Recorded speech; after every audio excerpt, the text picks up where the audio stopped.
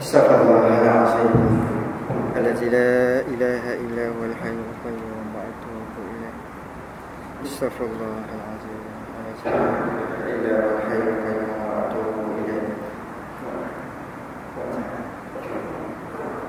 Astaghfirullahaladzim Alladzi la ilaha illa huwal hayyul qayyum wa atubu ilaih. Ila hadratin Nabi Mustafa Rasulullah sallallahu alaihi wasallam, azwajihi wa zurriyyatihi wa ashabihi kiramil al-Fatihah. A'udzu billahi minasy syaithanir rajim. Bismillahirrahmanirrahim. Alhamdulillahirabbil alamin, arrahmanir rahim, maliki yaumiddin. Iyyaka na'budu wa iyyaka nasta'in. Ihdinas siratal mustaqim, siratal ladzina an'amta 'alaihim ghairil maghdubi 'alaihim waladdallin. Alhamdulillah, alhamdulillahillazi arsala rasulahu bil huda wa dinil haqq liyuzhirahu 'ala ad-dini kullihi walau karihal musyrikun. Asyhadu an la ilaha illallah wa asyhadu anna Muhammadan 'abduhu wa rasuluh. Allahumma shalli 'ala sayyidina Muhammad wa 'ala alihi wa sahbihi ajma'in. Allahumma anta rabbi la ilaha illa anta khalaqtani wa ana 'abduka wa ana 'ala ahdika wa wa'dika mastata'tu. A'udzu bika min syarri ma sana'tu, abu'u laka bi ni'matika alayya wa abu'u bi dzambi faghfir li fa innahu la yaghfiru dzunuba illa anta. Amma ba'd. Fa ya ayyuhal muslimun ittaqullaha usikum wa iyaya bi taqwallahi faqad faza muttaqun. Qala Allah ta'ala fi kitabil aziz wa a'udzu billahi minasy syaithanir rajim. Ya ayyuhallazina amanu ittaqullaha haqqa tuqatih wa la tamutunna illa wa antum muslimun. Assalamualaikum warahmatullahi wabarakatuh. Yang dimati Tuan Imam, barisan ada kuasa surau, tuan-tuan haji, puan-puan hajah, para ahli ulama, muslimin muslimat yang dirahmati Allah Subhanahu wa taala. Alhamdulillah, sama-sama kita merafakkan kesyukuran kepada Allah Subhanahu wa taala. Pada ini kita berada pada malam yang ke-18 daripada bulan Muharram 1436 Hijriah.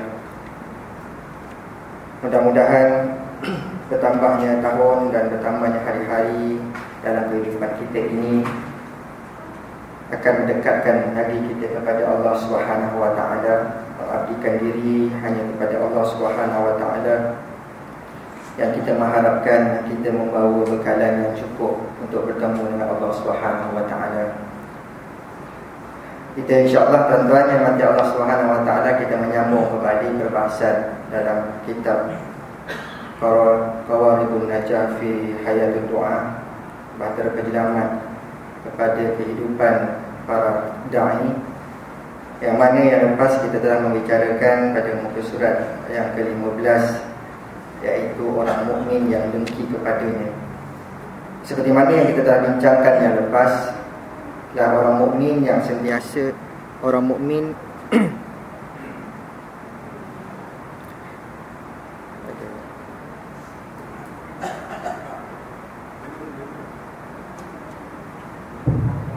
orang mukmin yang menjaga agama, orang mukmin yang berusaha memperbaiki diri dia, orang mukmin yang berusaha untuk menyebarkan agama Allah Subhanahu wa taala. Mereka sentiasa berada di ambang 5 dugaan yang susah, yang seperti mana yang telah kita bincangkan yang lepas, iaitu yang pertama, orang mukmin yang dengki padanya. Yang kedua, orang munafik yang benci kepadanya. Yang ketiga, kafir yang memeranginya. Yang keempat, syaitan yang menyesatkannya. Dan yang kelima, nafsu yang sering bertarung untuk mengalahkannya. Jadi kita berbincang perkongsian ilmu dalam kitab karangan Syekh Fathiyah Khan ini adalah sebagai salah satu daripada kelengkapan-kelengkapan ataupun persediaan-persediaan yang perlu ada kepada kita untuk kita berhadapan dengan dugaan-dugaan dan ujian-ujian yang akan kita tempuh. Baik itu tuan-tuan yang dirahmati Allah Subhanahu wa taala, dalam mukadimah yang lepas, perkara pertama yang akan kita lalui ialah dugaan orang mukmin yang dengki kepadanya ataupun orang mukmin yang dengki kepada kita. Itu keadaan. Dengki ini merupakan suatu penyakit hati yang paling teruk ataupun yang paling berbahaya. Sekiranya kita tidak berusaha untuk menghindari, tidak berusaha untuk mengubati, maka kesan dia kita akan dicampakkan oleh Allah Subhanahu Wa Taala ke dalam neraka Allah Subhanahu Wa Taala. Tidak diberkati kehidupan kita di dunia dan tiada rahmat Allah kehidupan kita di akhirat. Ini dengki. Sebab itu tuan-tuan, kita sampai hadis yang kedua bahawa Surah 15 itu sabda Rasulullah sallallahu alaihi wasallam, "Ma zibani jami'ani ursila fi zaribati ghanam bi afsadilaha minal hirs 'alal mal wal hasad fi dinil muslim wa innal hasada la ya'kulul hasanat kama ta'kulun narul khatab." Kata Nabi SAW yang riwayatkan daripada At-Tirmizi daripada Ka'ab bin Malik Al-Ansari, hadis ini berstatus sahih. Bencana melepaskan 2 ekor serigala yang lapar di dalam kandang kambing tidak lebih besar daripada bencana yang menimpa pegangan agama seorang Muslim dari sifat serakah terhadap harta, iaitu tamakkan harta dan hasad dengki. Sesungguhnya sifat hasad memamah segala kebaikan seperti api menjilat kayu kering. Ini antara hadis-hadis Nabi SAW yang menyatakan dan mengingatkan kepada kita bahawa melepaskan serigala dalam kandang kambing, serigala yang lapar memang dia punya kerja dia makan kambing. Dalam sejarah kehidupan kita hingga hari ini, itulah kegiatan serigala. Dulu pernah seorang tua, dia jumpa anak serigala. Dia ambil anak serigala tu bawa balik bela. Dia bagi susukan serigala itu dengan susu kambing, dan serigala itu mendapat mak angkat kambing, mak angkat dia. Dia membesar dalam kandang serigala, dalam kandang kambing, anak serigala, sampai dia dewasa. Mak angkat dia diterkam. Ini serigala yang tak balas budi serigala. Memang sifat dia begitu, serigala. Jadi makcik yang bela ni, makcik tua yang bela kambing dan bela serigala ni, bila dia tengok serigala tu terkam mak angkat dia, dia kata pada serigala tu, "Aku ambil kamu daripada kecil, beri kamu susu dan beri kamu ibu angkat, sehingga besar kamu makan mak angkat kamu." Dia mengeluh. Dah tengok kambing nak kena makan, nak macam mana? Sejarah. Tetapi dalam sejarah Islam juga tercatat kambing boleh duduk sekandang dengan serigala. Dalam sejarah kita Islam ini tercatat dalam buku-buku sirah, buku-buku sejarah, bahawa pernah terjadi serigala duduk sekandang dengan kambing, sehingga seorang datang nak beli kambing. Dia kata, "Banyak kan kambing kamu ni?" Kata dia, "Banyaklah, banyak." Kata tuan kambing tu, "Banyak. Kamu silap kira.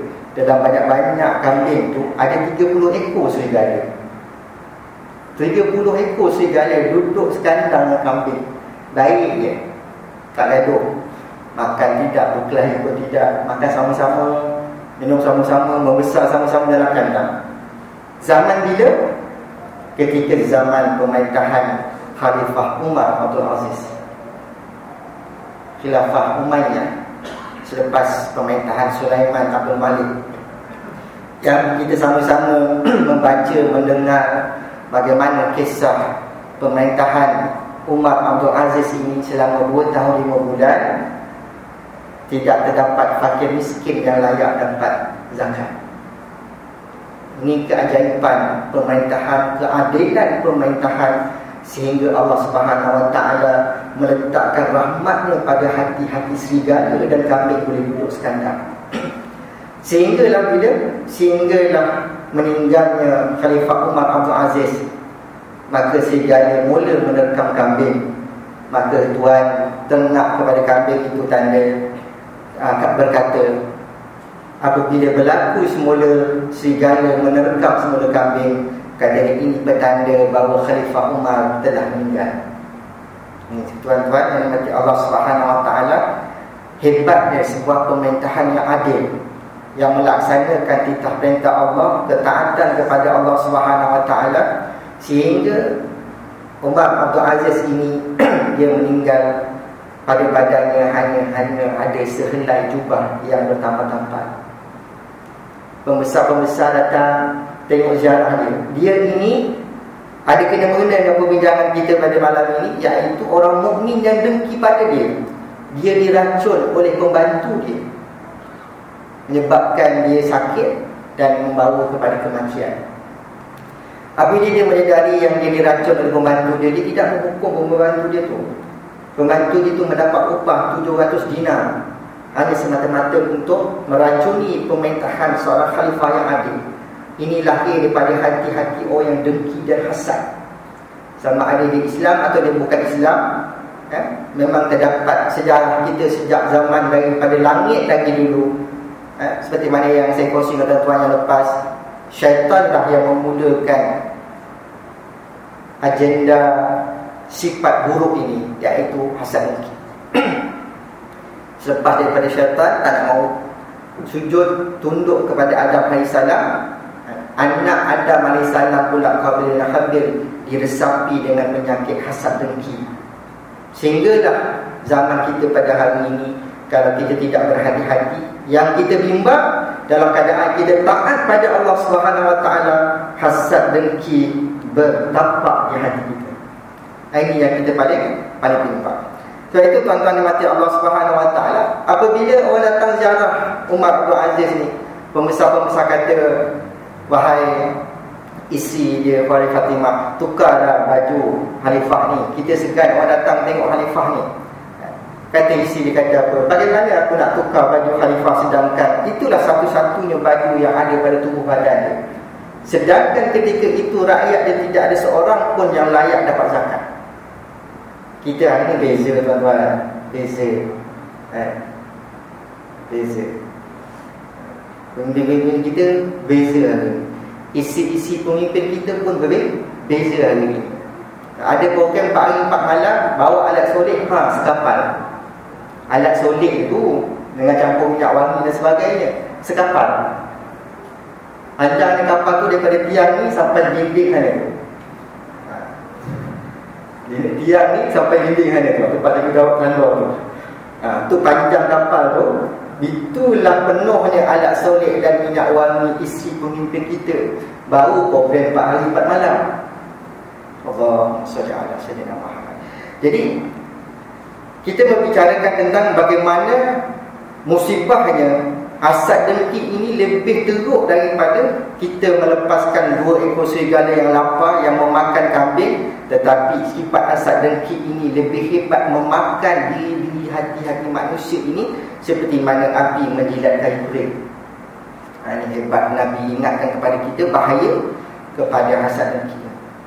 Sebab itu para doa menyeru manusia ke jalan Allah Subhanahu Wa Taala, khasnya yang mendapat sambutan baik, yang cergas, yang masyhur, yang berbakat, yang sentiasa terdedah kepada cacian lidah orang-orang hasad serta tipu daya mereka.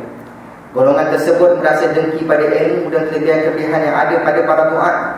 Mereka sentiasa mengintai dan menunggu masa yang baik untuk mencetuskan pertemuan antara mereka dan menjatuhkan imej-imej mereka.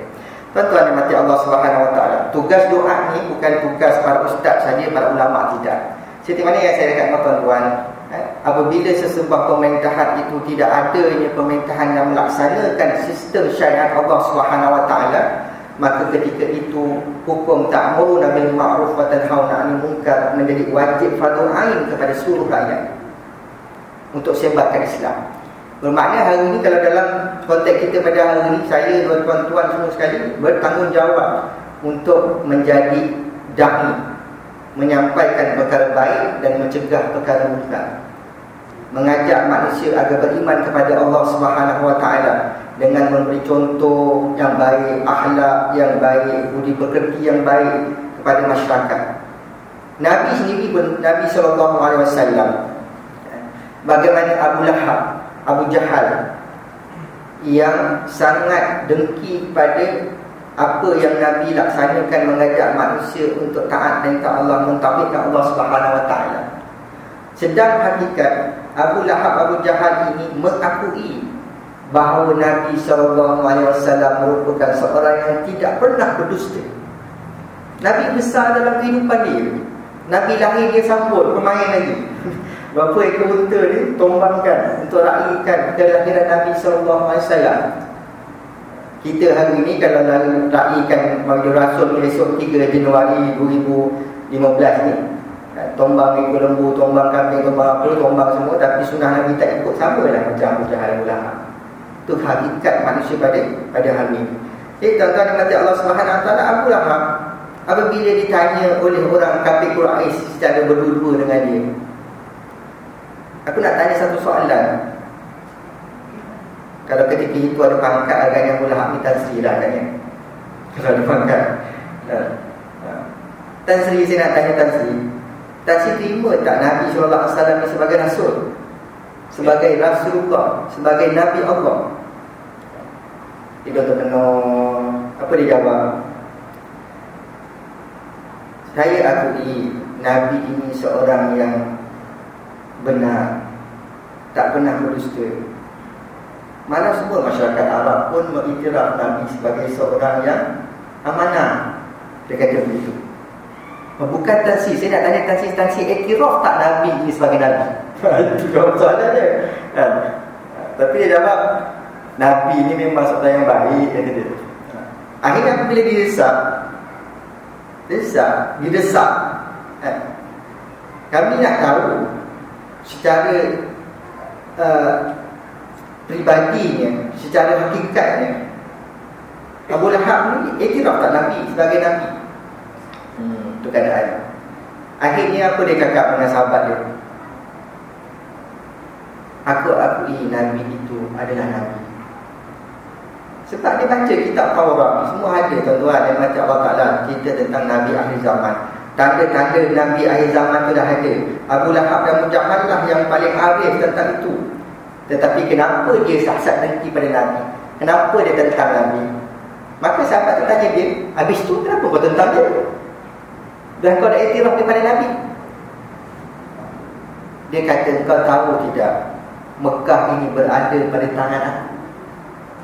Pemerintahan Mekah ini di bawah tahta kerajaan aku. Tiba-tiba kalau aku benarkan Muhammad mengambil alih pemerintahan, kata dia, adakah kau sanggup kerajaan yang kita jaga selama ini, yang kita takbir selama ini, dilepaskan kepada seorang manusia yang bernama Muhammad? Sekali-kali aku tidak. Sampai aku mati aku akan tentang Muhammad SAW. Ini Abu Lahab. Sebab apa? Asal dengki. Dia rasa dia baik, dia rasa dia hebat, dia rasa dia ada kuasa untuk menentukan. Dengan kuasa dia itu, dia boleh buat apa saja yang dia suka. Ini kafir Quraisy. Hari ini orang yang mengucap kalimah syahadah pun ada perangai macam Abu Lahab, Abu Jahal. Ini yang masalah yang kita kena faham, tuan-tuan yang mati Allah Subhanahu Wa Taala. Apabila kita berpegang teguh kepada agama Allah Subhanahu Wa Taala, maka akan ada rintangan-rintangan, ujian-ujian yang akan menimpa diri kita. Sebab itu mereka akan ada rasa dengki, tak senang hati pada orang. Ulama-ulama hari ini, tuan-tuan ikuti isu-isu terkini. Bagaimana hari ini usaha-usaha nak memperlekehkan ulama, nak merendahkan martabat ulama. Ustaz Azhar Idrus tu yang terkenal tu pun terjebak dengan kancah video set. Macam mana? Hinanya manusia ini dengan fitnah. Tak beriman dia kepada Allah Subhanahu Wa Taala, sanggup untuk memfitnah para ulama yang ikhlas untuk membawa agama, menyebarkan Islam. Itu satu sudut. Ulama-ulama lain hari ni orang dah turut ketika majlis fatwa, cabar nak saman majlis fatwa. TBM kata terkejut dengan Mahkamah Rayuan punya keputusan yang membenarkan semula orang-orang lelaki berpakaian wanita, orang wanita berpakaian seperti lelaki. Kan dah terbalik dunia ni tuan-tuan. Teruk sangat dah pemikiran. Sepatutnya dalam negara kita ini, ya, saya bercakap sebagai saya seorang yang jahil, cuma membaca dia, mungkin salah tafsiran saya. Dalam elemen pasal yang ketiga mengatakan dalam perlembagaan bahawa Malaysia merupakan Islam adalah agama persekutuan. Kalau betul dipimpinnya perlembagaan tersebut daripada mula ditadbir Malaysia ini selepas merdeka, maka tidak ada cabaran daripada mana-mana mahkamah untuk mencabar mahkamah syariah. Sebab mahkamah syariah adalah mahkamah yang meletakkan Al-Quran dan Sunnah sebagai panduan perlembagaan. Tapi sekarang apa jadi? Keputusan di mahkamah syariah boleh dibawa pula ke mahkamah persekutuan. Tak puas hati bawa pula ke mahkamah rayuan. Ini tuan-tuan nak tinggalkan kepada anak-anak kita akan datang. Kalau fitnah sekarang berlalu dengan yang ada sekarang ini berleluasa masa-masa akan datang, kita nak biarkan anak-anak kita ini berdepan dengan keadaan begini? Tidak, sekali-kali lah tuan-tuan. Kita bimbang akan datang akidah anak kita pun melayang dengan sebab unsur-unsur yang hari ini dirancang dengan teliti oleh pihak-pihak kufar untuk melemahkan Islam. Ni yang kita kena sedar. Ni yang kita kena sedar betapa tanggungjawab dan kewajipan kita ini untuk menegakkan Islam bukan terpundak pada bahu para ulama. Sikap Abu Bakar, sikap Abu Bakar, sejarah ni kita tahu dah, saya ulang dia baik. Sikap Abu Bakar, Abu Jahal ni tiap-tiap hari tanya Nabi, ada wahyu turun. Sampailah ketika Nabi di Isra' dan Mi'rajkan, Nabi kata ada. Nabi cerita pada Abu Lahab bahawa dia telah di Isra' dan Mi'rajkan. Bila kau pergi malam tadi, bila kau balik malam tadi? Wah, ini poin yang baik, kata dia. Inilah poin yang cukup baik untuk aku menjatuhkan Muhammad sekadar inilah yang kau akan musnah. Dia dengan yakin penuh, keyakinan Abu Lahab ni begitu pemikiran. Dia tak lejehkan, tak hebahkan dekat masak-masak dia kan tuan. Dia pergi jumpa siapa? Dia jumpa Abu Bakar, orang yang pertama dia jumpa.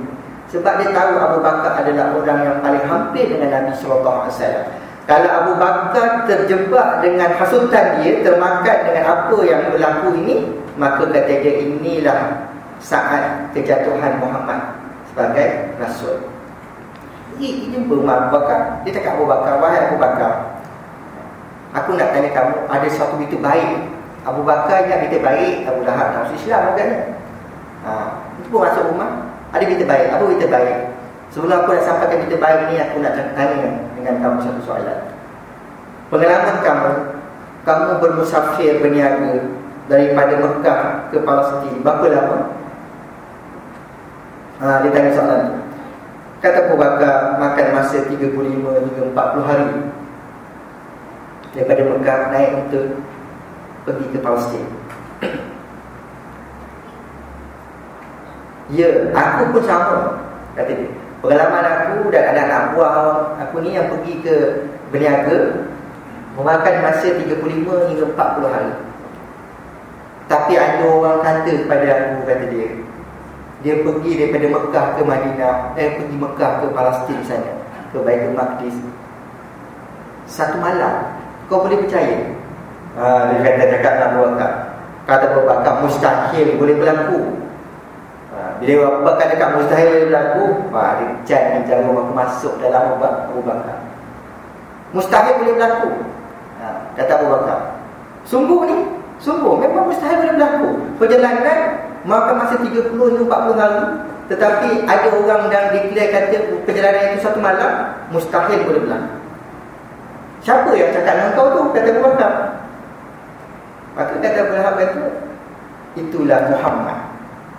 Dia kata, Muhammad dah ditong kepala dia dah. Dia kata dia pergi balik daripada Mekah ke Baitul Maqdis 1 malam. Kata Abu Bakar, dalam keadaan ragu-ragu juga tu Abu Bakar, tapi dia tahu Muhammad Nabiullah. Kata dia, kalau Muhammad, aku percaya 100%. Maka Lahab toya muka baliklah muka dengan perasaan hampa, tak berjaya nak menghasut Abu Bakar. Ini sifat Abu Bakar. Kita hari ni tuan-tuan, bila sentuh bab ulama, kadang-kadang kita pula lebih suku daripada puan. Kita pula yang mengiya-iyakan ulama. Ulama buat kerja baik 9, tersilap 1. Tapi kita anggap seolah-olah dia buat kerja buruk tu 9, yang baik tu 1.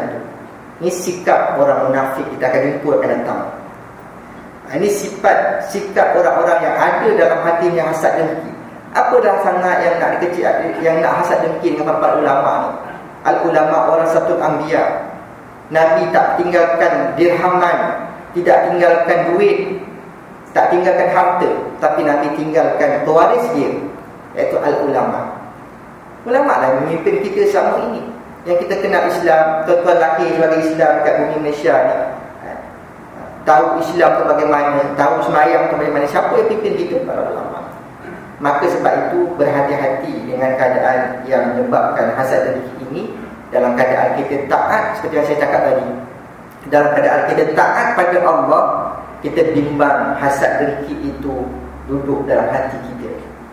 Sebab itu kita kena mempelajari, belajar, ada sedikit ilmu yang menyebabkan kita kenal mana satu musuh, mana satu sahabat. Ibnu Mu'taz pernah berkata, orang yang hasad itu marah kepada orang yang tidak berdosa, kikir terhadap sesuatu yang bukan kepunyaannya, dan sentiasa mencari atau meminta sesuatu yang tidak akan diperolehinya.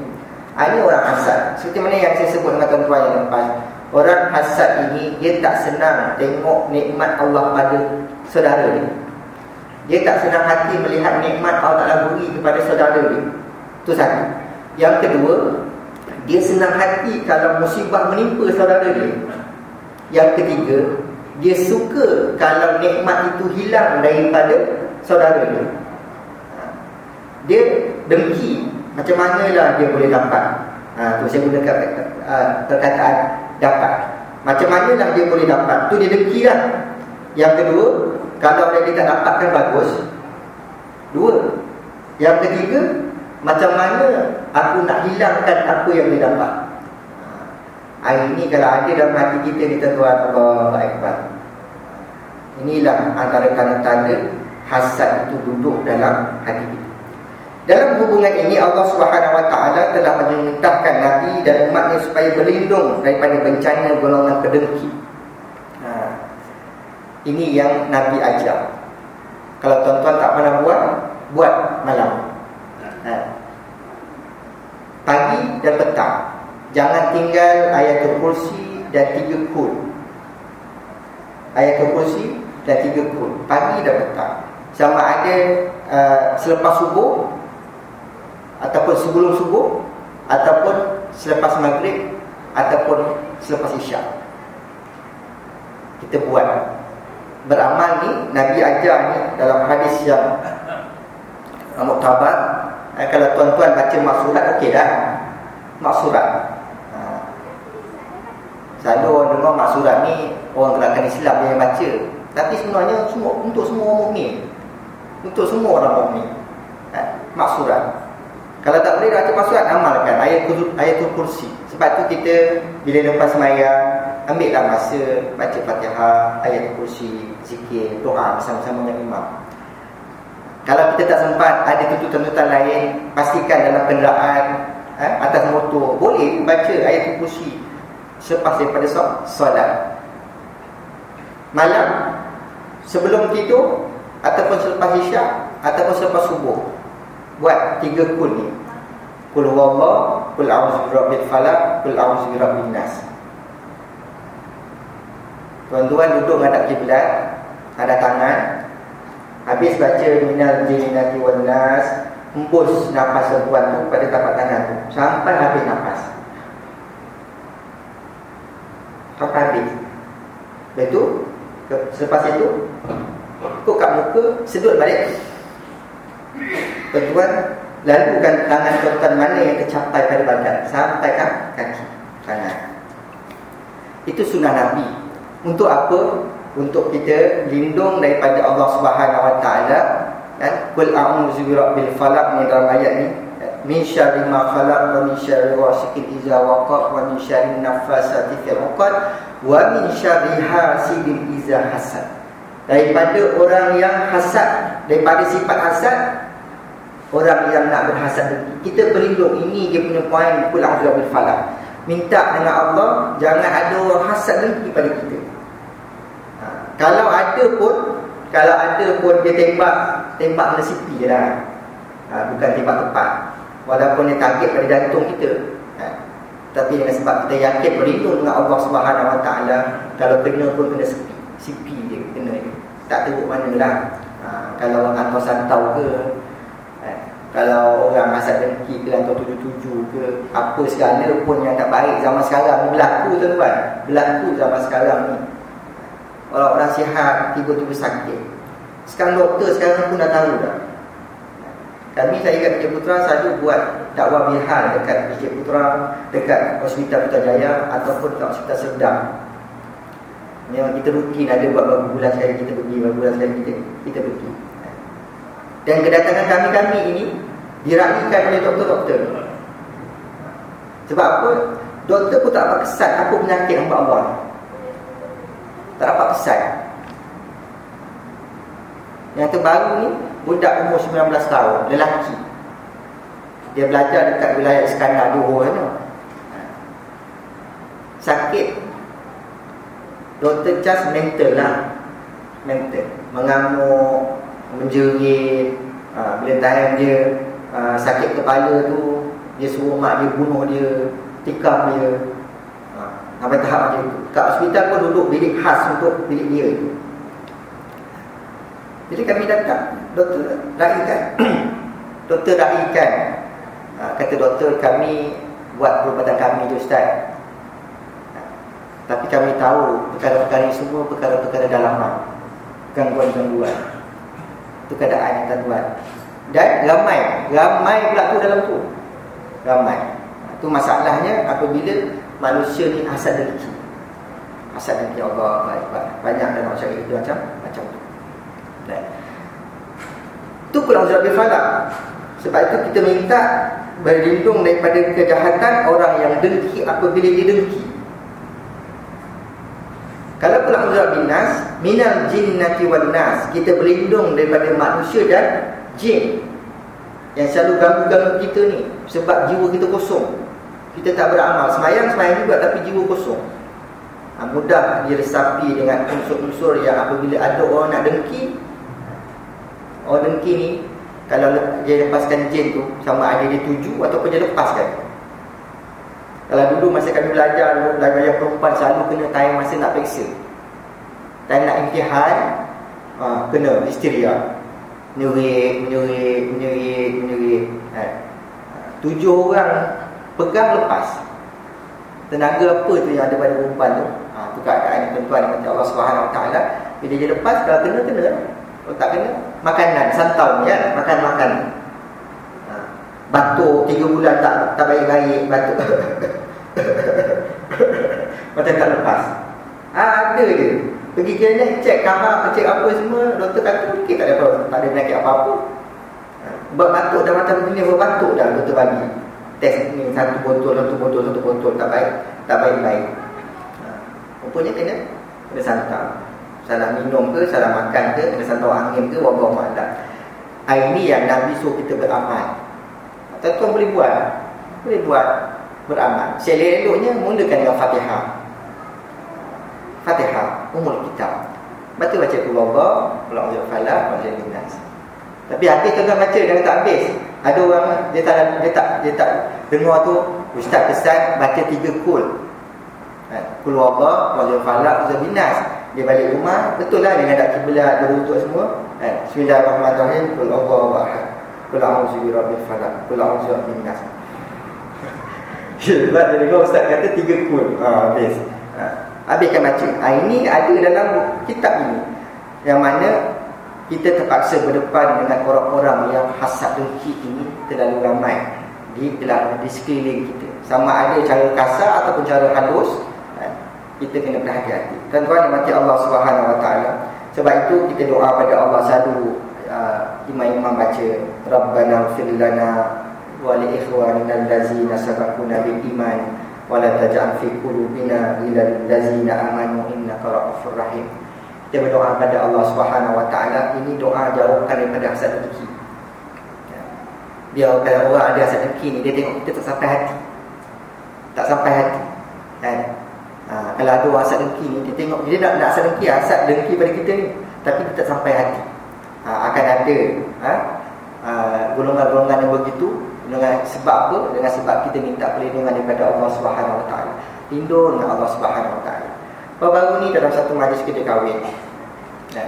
Dalam satu majlis kerja kahwin, tuan-tuan yang macam Allah Subhanahu wa taala, majlis itu diboikot oleh penanggah wanita. Orang kampung-kampung kan ada penanggah kan, rewang-rewang. Boikot sampai majlis orang tu hampir rosak. Sebab siapa dah angkat pinggan, cuci cawan dan sebagainya. Sebab dia yang volunteer nak rewang. Ada pakatan, tapi bukan pakatan rakyat lah, ada pakatan wanita. Tu. Jadi berlaku. Sebab apa berlaku? Hanya semata-mata ada perasaan dendam, dengki pada ketua dia tu dan beberapa orang. Sebab tuan rumah tu, ibu kepada pengantin tu, dia masuk juga pakatan, pergi juga rewang, tapi tak suka duduk dalam majlis buat kedudukan. Faham? Orang perempuan ni rewang juga, tapi mulut tahan juga. Mumpat. Cik Nah, nak tahu Cik Nah, Tuan Haji tu dah bercerai dah. Tuan Haji mana? Tu yang sana tu, Tuan Haji tu. Patutlah lama tak nampak kat kampung kita ni. Ada orang cerita dah kahwin lagi. Si Haji ni dia tu. Oh iya ke? Tu. Satu halaqah usrah je tengok. Satu usrah tu, dengar. Tu buat juga. Ngumpat juga. Jadi ibu ni tak suka. Jadi rewang lepas tu balik. Lepas rewang balik. Tapi dewan-dewan yang hati ada hasad dengki ni, nanti kau rumah kau. Action pula, tak nak campur-campur kita orang ni borak-borak. Buat, laku, jadi macam tu. Sebab apa? Sebab hati ada hasad dengki. Lepas tu saya selalu ingat, kalau kuliah-kuliah saya kat kampung-kampung, saya selalu ingat, ada tak kat sini rewang perempuan ni yang pakai baju sepasar, cantik semua? Ada makcik-makcik ingat. Kita tentu tak nak makan daging saudara kita. Cuba potong tangan dia tu buat barbecue, bagi makan. Kita istiadat ini peha si pulana binti pulan. Makan. Barbecue ni sedap. Tak ada siapa yang sanggup nak makan. Tapi itulah ibarat Allah Ta'ala beri kita permisalan. Kalau kita mengumpat, kita umpama kita makan daging saudara kita sendiri yang Islam. Ini tuan-tuan yang mati Allah Subhanahu wa taala. Bila ada orang tegur, saya percaya yakin tuan-tuan semua ni, bila kita baru dapat hidayah dan petunjuk Allah Subhanahu wa taala, bila dapat hidayah dan petunjuk Allah Subhanahu wa taala, kita berazam nak buat baik. Kalau dulu isi kita mungkin tak tutup aurat, kita dah suruh isi kita tutup aurat. Kemungkinan yang datang ini, perasaan tak senang ni mungkin datang daripada keluarga sendiri. Ini balik dah berubah dah sikit ni kan. Tak ada apa-apa dah tu berubah. Tiba-tiba dia pakai tudung ni tak apalah. Sangka buruk. Zon. Sebab itu dalam muka surat 17 ni, Nabi SAW melarang sifat hasad dan saling dengki-menengki. Beliau melarang sifat saling membesar diri dan jebak-menjebak antara satu sama lain ini, musuh-memusuhi antara satu sama lain ini. Dalam sabda Nabi, iyyakum wazan, kata Nabi SAW, awas kalian daripada sifat prasangka. Kita kalau kita semayang, tuan-tuan, saya ingatkan diri saya dan ingat tuan-tuan sekalian, kita semayang istiqamah, semayang berjemaah, alhamdulillah. Allah Subhanahu wa taala bukan sekadar beri taufik saja pada tuan-tuan, tetapi kita semua dapat hidayah Allah. Kita semayang istiqamah secara berjemaah dan sebagainya. Tapi ingat, jangan sampai hasad dengki atau prasangka ini duduk kat hati. Sikit-sikit bila ada apa, kita dah prasangka. Memang ada, bukan usahakan diri tuan-tuan, diri saya pun ada prasangka. Tapi bila kita sedar prasangka itu adalah barang-barang yang merosakkan silaturahim, barang-barang yang merosakkan amalan kita kepada Allah Subhanahu Wa Taala, maka kita perkara pertama yang akan kita lafaz astaghfirullahalazim. Ya Allah, jauhkan aku daripada prasangka ini. Maka kita diam. Kita diam. Begitu juga dengan WhatsApp sekarang kan. Dengan WhatsApp sekarang ni begitu juga. Ada WhatsApp yang berbentuk prasangka, prejudis. Kita jangan tolong sebarkan. Datang free. Sebar. Saya copy paste je kata dia. Macam gitu. Copy paste je. Kalau dia bentuk tazkirah untuk manfaat, tak ada masalah, silakanlah. Tapi kalau bentuk prasangka, prejudis ni tuan-tuan, yang bila kita baca kita bersangka, ada sangkaan pada hati kita, ini wa iyyakum wazzan fa inna zanna akdzabul hadis wala tahassasu. Kata Nabi sallallahu alaihi wasallam, sesungguhnya prasangka itu adalah kata-kata yang paling dusta. Prasangka, zan, zan waham, kan ada kita tiga tu. Dalam bab fiqh kita kan baca ambil wudu ni batal. Syak ke zon ke waham.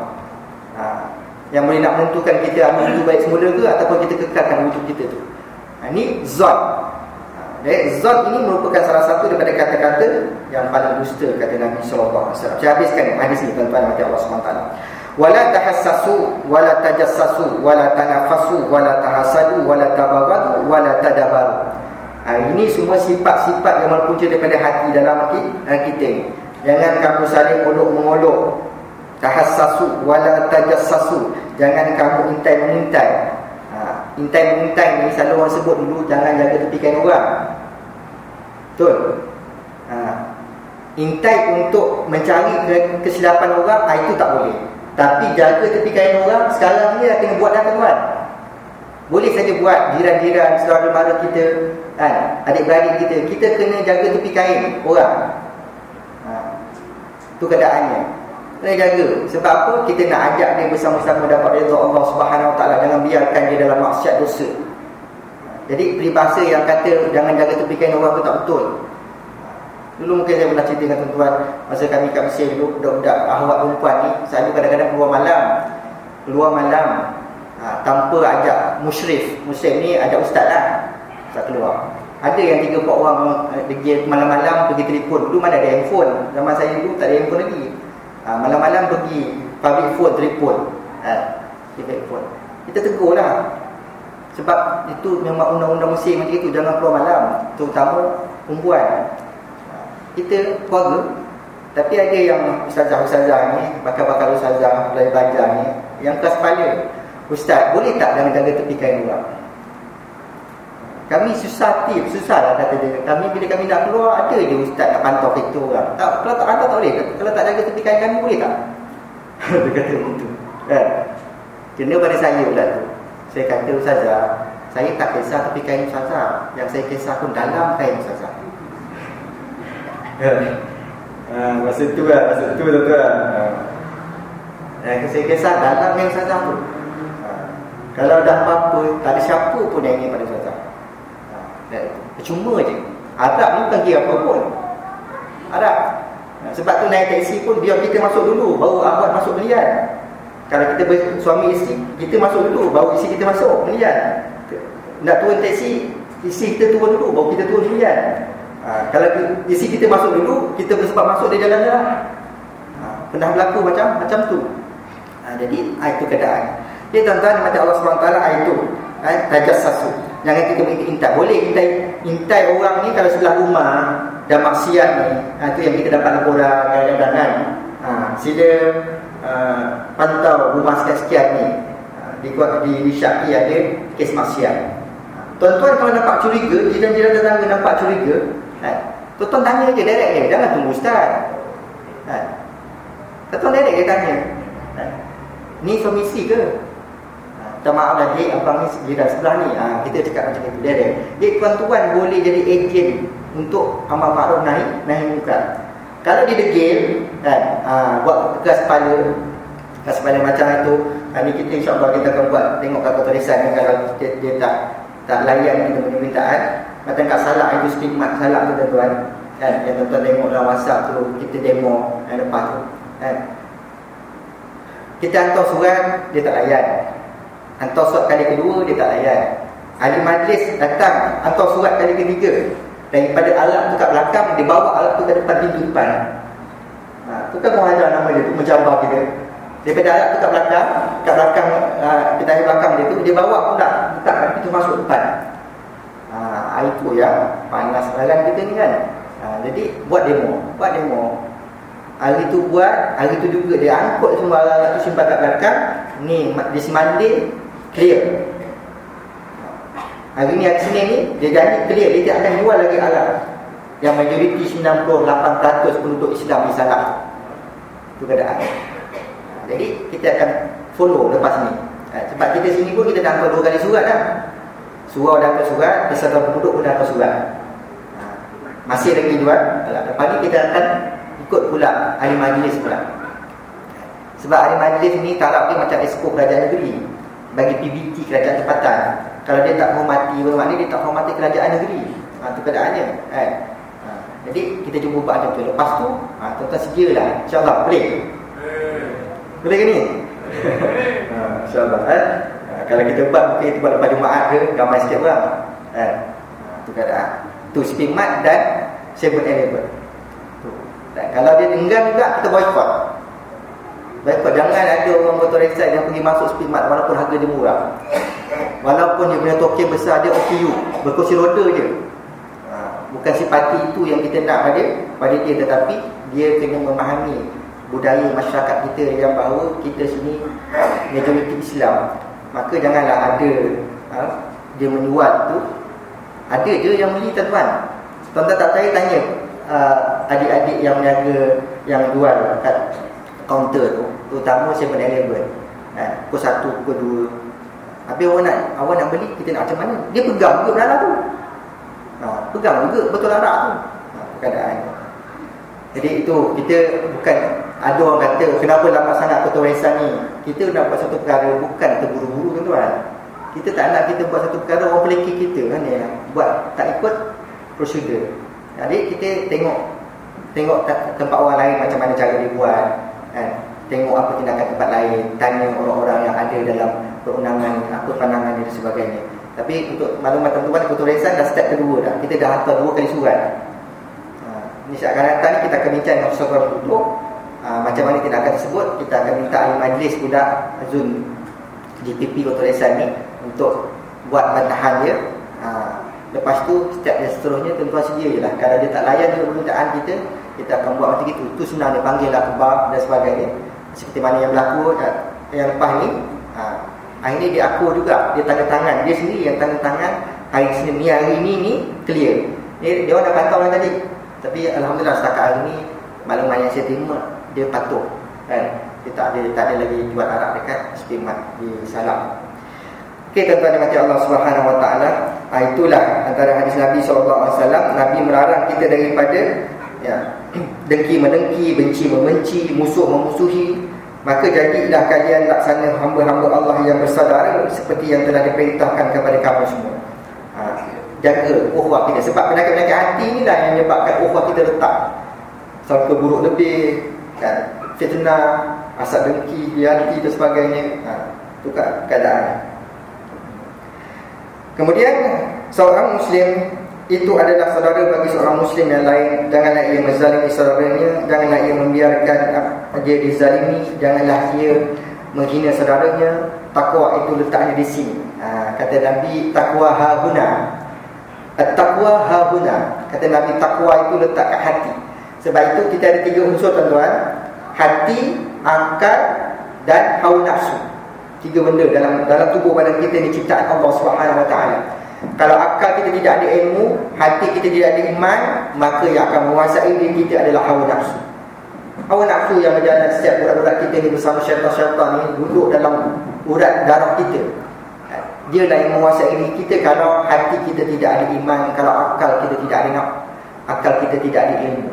Ini yang Nabi ingatkan kepada kita, at-taqwa hahuna. Takwa itu kat hati. Hati bila ada iman, dia akan takut kepada Allah Subhanahu Wa Taala. Kita belajar untuk takut kepada Allah. Kita belajar untuk jaga diri kita, ahli keluarga kita, anak-anak kita daripada api neraka Allah Subhanahu Wa Taala. Itu yang kita cuba wujudkan dalam Kutub Raisat ini, bi'ah yang solehah. Suasana perkembangan akan datang lebih dahsyat. Anak-anak kita akan terdedah dengan pembangunan-pembangunan yang luar biasa yang mungkin kita tak lalui. Tetapi kita berusaha untuk jadikan suasana kita ini kekal sebagai suasana bi'ah solehah, suasana yang baik. Ada lagi orang-orang yang baik, ada lagi orang-orang yang beramanah, ada lagi orang-orang yang berakhlak, ada lagi orang-orang yang berbudi pekerti yang baik. Kita nak lahirkan dalam Kutub Raisat itu bi'ah yang begitu. Yang rebut, yang nak adalah tuan-tuan. Tuan-tuan yang rebut kita sendiri yang rebut. Sebab itu tarbiyah itu, mendidik itu ada 3. Tarbiyah yang pertama adalah kita sendiri yang mentarbiyah diri kita.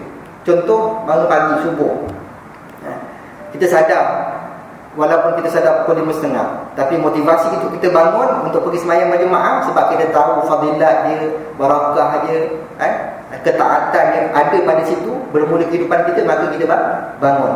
Itu tarbiyah. Kita didik diri, kita tarbiyah diri. Perkara yang kedua, tarbiyah adalah ni macam ni. Kan, kuliah-kuliah tuan-tuan datang dengar. Itu tarbiyah sebenarnya, tarbiyah akal. Fikrah kita itu ditarbiyah, dididik, biar fikrah akal kita itu dipandu dengan wahyu Allah Subhanahu Wa Taala. Itu tarbiyah yang kedua. Tarbiyah yang ketiga, tarbiyah daripada Allah. Allah bagi kita ujian. Tutung dah hilang satu kat belakang. Ujian tu bagi kita. Tu lantai letak kat atas pula. Ujian bagi kita. Ada pula saudara mara kita, jemaah kita yang sakit contohnya. Ujian pada dia, itu ujian. Ujian itu adalah tarbiyah daripada Allah untuk melihat sabarnya kita, tabahnya kita, redanya kita kepada Allah Subhanahu Wa Taala. Itu 3 tarbiyah.